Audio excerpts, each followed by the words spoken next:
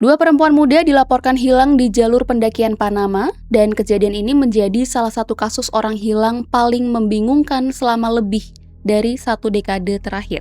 Bukan hanya karena keberadaan mereka yang seolah lenyap di telan bumi, tapi juga tentang penyebab dan alasan sebenarnya mengapa mereka bisa hilang, yang pada akhirnya ditemukan dalam keadaan tidak utuh dan tak bernyawa.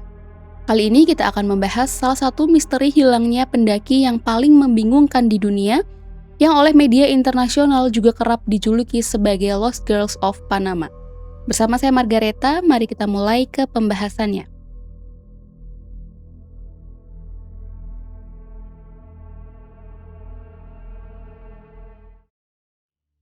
Semua berawal dari dua sahabat asal Amersfoort, Belanda bernama Chris Kremers dan Liesjen Vroet.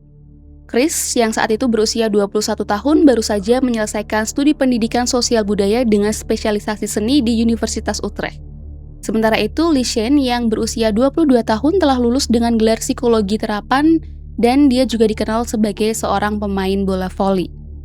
Diketahui sebelum mereka berdua pergi ke Panama, Chris dan Liesjen telah menabung selama kurang lebih 6 bulan dan mereka sempat bekerja bersama di sebuah kafe bernama Inden Kleinen Hub. Rencana mereka pergi ke Panama pada dasarnya bukan hanya untuk berlibur atau mencari kesenangan. Chris dan Liesjen memiliki tujuan yang lebih besar, di mana mereka ingin belajar bahasa Spanyol, mengenal kehidupan dan budaya baru, sekaligus melakukan sesuatu yang berarti bagi masyarakat setempat dengan menjadi relawan dan membantu anak-anak di sana. Perjalanan ini pun mereka anggap sebagai hadiah setelah menyelesaikan pendidikan sekaligus kesempatan untuk mendapatkan pengalaman baru yang mungkin tidak akan terlupakan. Setelah berbulan-bulan menabung, akhirnya Chris dan Liesjen ini berangkat ke Panama menggunakan uang mereka sendiri.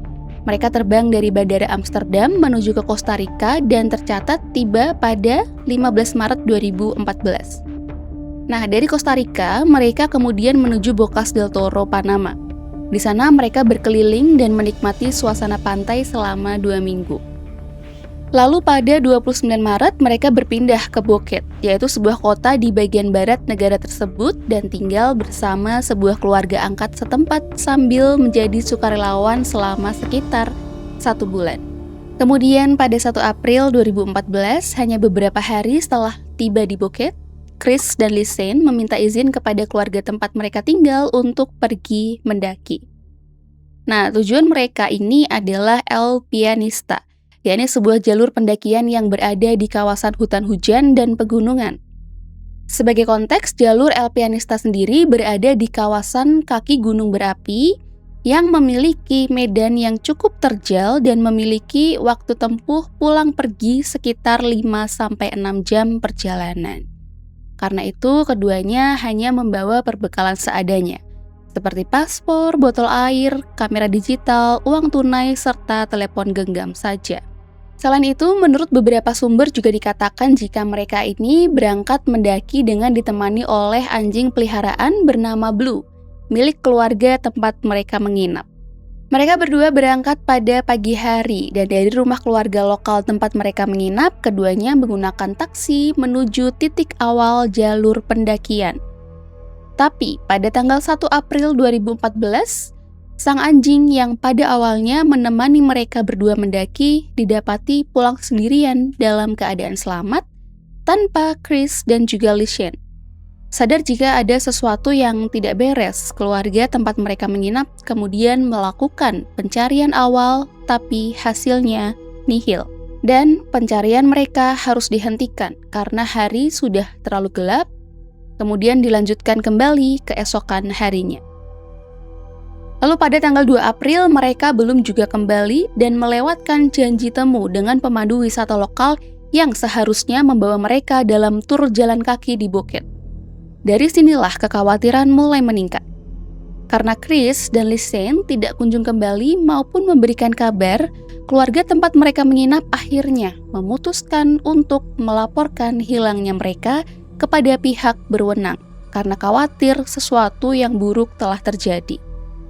Namun hingga hari kembali gelap, Chris dan Liesjen tetap tidak ditemukan dan tidak ada kabar mengenai keberadaan mereka. Pada 3 April, pihak kepolisian pun melakukan pencarian kembali. Mereka melakukan penyisiran di sekitar wilayah pendakian. Anjing pelacak dikerahkan, sementara helikopter pun juga digunakan untuk menyisir kawasan tersebut dari udara. Nah, kasus ini pun mulai menarik perhatian masyarakat setempat. Banyak warga ikut turun tangan dan juga membantu melakukan pencarian.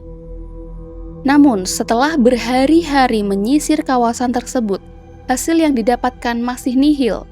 Tidak ada jejak maupun petunjuk yang mengarah pada keberadaan Chris dan Lisanne. Dan pada 6 April, kedua wanita itu pun masih belum juga ditemukan. Karena semakin khawatir akan kemungkinan terburuk, keluarga mereka kemudian terbang ke Panama membawa serta detektif dari Belanda. Pencarian pun diperluas. Selama sekitar 10 hari, mereka menyisir kawasan hutan dengan harapan bisa menemukan jejak atau petunjuk keberadaan kedua orang tersebut. Orang tua mereka pun bahkan menawarkan hadiah sebesar $30.000 Amerika Serikat bagi siapa saja yang memiliki informasi yang dapat mengarahkan mereka kepada Chris dan Lisanne. Namun tawaran tersebut juga tidak langsung membuahkan hasil. Tidak ada tanda-tanda, tidak ada petunjuk ataupun barang milik kedua perempuan tersebut yang ditemukan di sepanjang jalur pendakian bahkan setelah 10 minggu berlalu. Sampai pada akhirnya di 14 Juni 2014, seorang perempuan dari sebuah desa dekat lokasi pendakian menyerahkan sebuah ransel biru yang ia temukan di tepi sungai kepada pihak berwenang. Menurut pengakuannya, tas tersebut ia temukan di tepi sungai Culebra dekat dengan Alto Romero yang lokasinya setidaknya berjarak 14 jam berjalan kaki dari lokasi terakhir kali gadis-gadis itu terlihat. Di dalam ransel itu ditemukan 2 kacamata hitam, sejumlah uang tunai, kartu asuransi milik Lisanne, sebotol air, kamera digital, 2 bra, dan kedua ponsel milik Chris dan Lisanne. Pihak kepolisian pun segera memeriksa isi ponsel dan kamera milik mereka berdua. Dan didapati jika ponsel mereka masih aktif selama hampir 10 hari setelah keduanya dinyatakan hilang. Dalam kurun waktu hanya 4 hari, tercatat 77 kali percobaan panggilan darurat dilakukan, baik melalui nomor 112 maupun 911. Dengan memeriksa riwayat panggilan tersebut, polisi kemudian dapat menyusun gambaran mengenai waktu dan kondisi yang kemungkinan dialami Chris dan Lisanne selama mereka berada di hutan. 2 panggilan darurat pertama dilakukan hanya beberapa jam setelah keduanya memulai pendakian. Mereka mencoba menghubungi nomor darurat 112, tetapi karena berada di kawasan hutan yang sangat lebat dan karena keterbatasan sinyal, kedua panggilan tersebut serta panggilan-panggilan berikutnya tidak berhasil tersambung. Selain itu, pada 4 April dini hari juga diketahui jika ponsel Lisanne akhirnya kehabisan baterai dan tidak pernah menyala lagi setelahnya. Sementara itu, ponsel iPhone milik Chris terus dinyalakan berkali-kali hingga tanggal 11 April. Namun, tak sekalipun berhasil dibuka dengan kode PIN yang benar. Sampai pada akhirnya, pukul 11.56 siang hari, ponselnya menyala untuk terakhir kalinya. Selain pada ponsel, kamera yang mereka bawa juga menjadi salah satu petunjuk paling penting dalam kasus ini. Saat penyidik membuka galeri kamera, mereka awalnya menemukan foto-foto yang terlihat normal. Foto-foto tersebut memperlihatkan Chris dan Lisanne saat mendaki di siang hari. Semuanya tampak biasa saja hingga mereka tiba pada sebuah foto yang kemudian dikenal sebagai image 508, yang menjadi foto normal terakhir yang mereka ambil pada siang hari. Foto-foto berikutnya merupakan rangkaian foto yang diambil pada malam hari dan justru bernomor 510, yang dimana artinya ada satu foto yang hilang di antara foto atau image 508 dengan image 510, yakni foto 509. Foto inilah yang menjadi celah misterius di antara foto terakhir Chris dan Lisanne pada siang hari. Karena foto tersebut dihapus dan upaya pemulihan foto juga tidak bisa dilakukan. Sampai sekarang hilangnya image 509 masih menjadi salah satu bagian paling misterius dalam kasus Chris dan Lisanne. Selain itu, pada tanggal 8 April, kamera mengambil sekitar 90 foto dalam kondisi gelap gulita. Semua foto diambil menggunakan lampu flash. Sebagian besar foto juga hanya memperlihatkan langit malam yang gelap, tetesan air hujan, serta vegetasi yang berada dalam jangkauan cahaya flash. Catatan cuaca juga menunjukkan bahwa memang terjadi hujan pada dini hari tanggal 8 April. Hal ini sekaligus memperkuat bahwa pengaturan tanggal dan waktu pada kamera bekerja dengan akurat.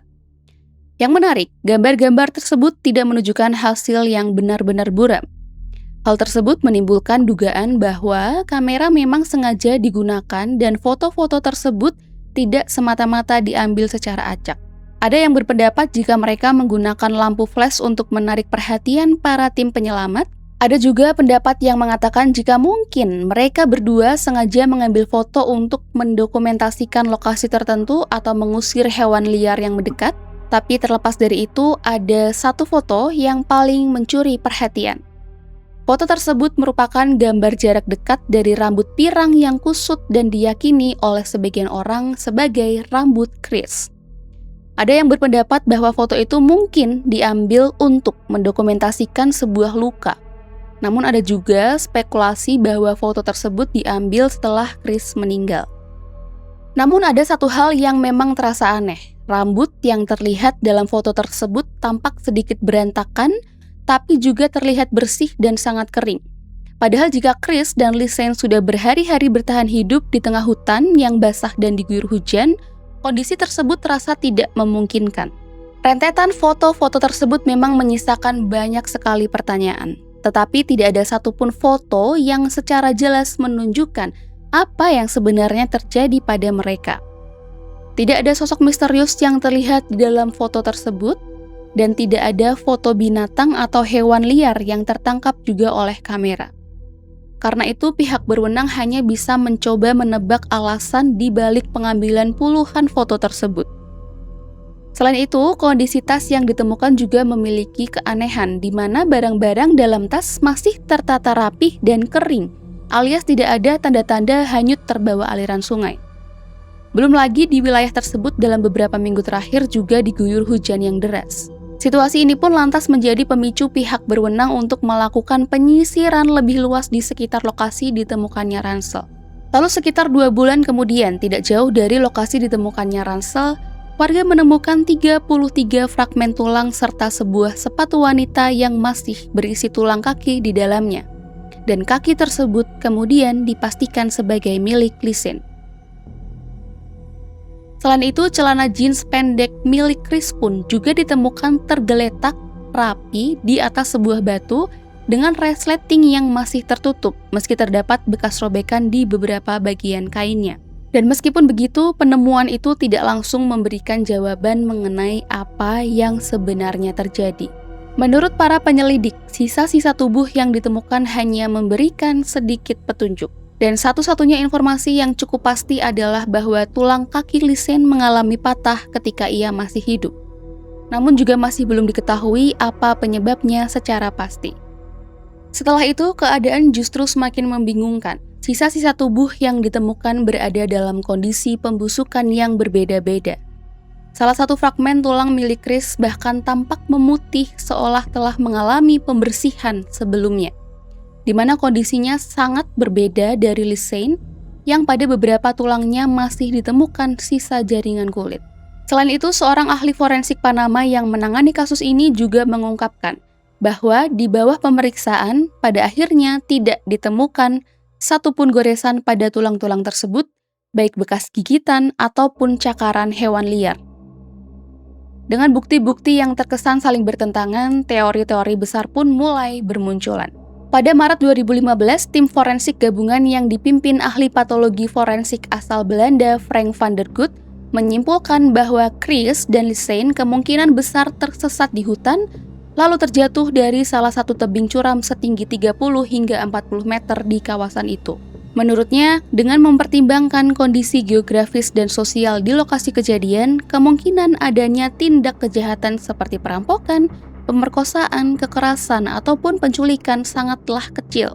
Salah satu bukti yang mendukung teori ini datang dari tulang kaki kiri Lisanne yang ditemukan masih utuh di dalam sepatu botnya, menunjukkan beberapa retakan pada tulang metatarsal, Jenis cedera yang menurut laporan resmi hanya mungkin terjadi akibat jatuh dari ketinggian.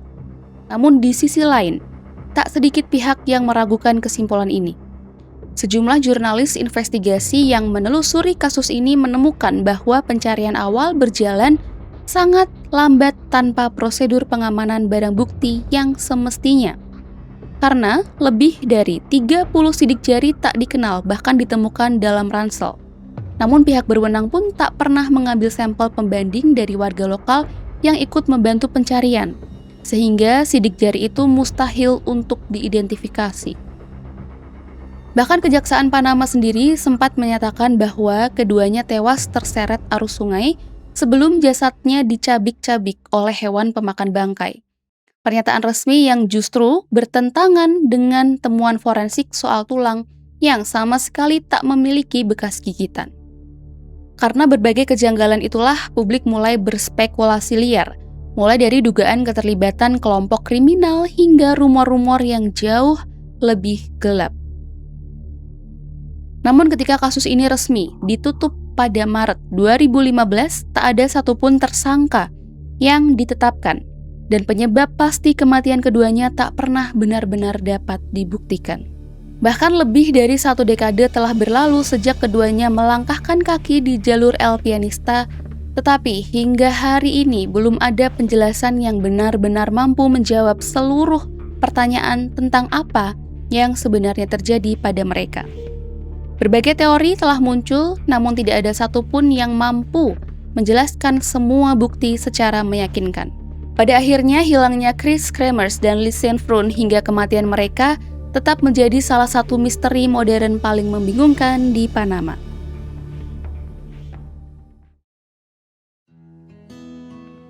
Nah teman-teman, itu tadi kisah tentang 2 orang sahabat bernama Chris Kremers dan juga Lisanne Froon yang memiliki impian besar ketika mereka datang ke Panama. Tapi kisahnya berakhir tragis karena sampai sekarang pun tidak ada yang benar-benar tahu apa yang terjadi pada mereka. Jadi bagaimana menurut teman-teman mengenai kisah kedua sahabat ini? Apakah kalian juga punya teori-teori sendiri ketika mendengar berita tentang Chris dan juga Lisanne? Jangan lupa untuk tulis di kolom komentar, kita bisa diskusi bareng-bareng. Dan buat teman-teman semua yang sudah support channel ini dari awal sampai sekarang, terima kasih untuk dukungannya. Jangan lupa untuk klik like dan juga subscribe, share juga ke teman-teman kalian. Sampai jumpa di video selanjutnya.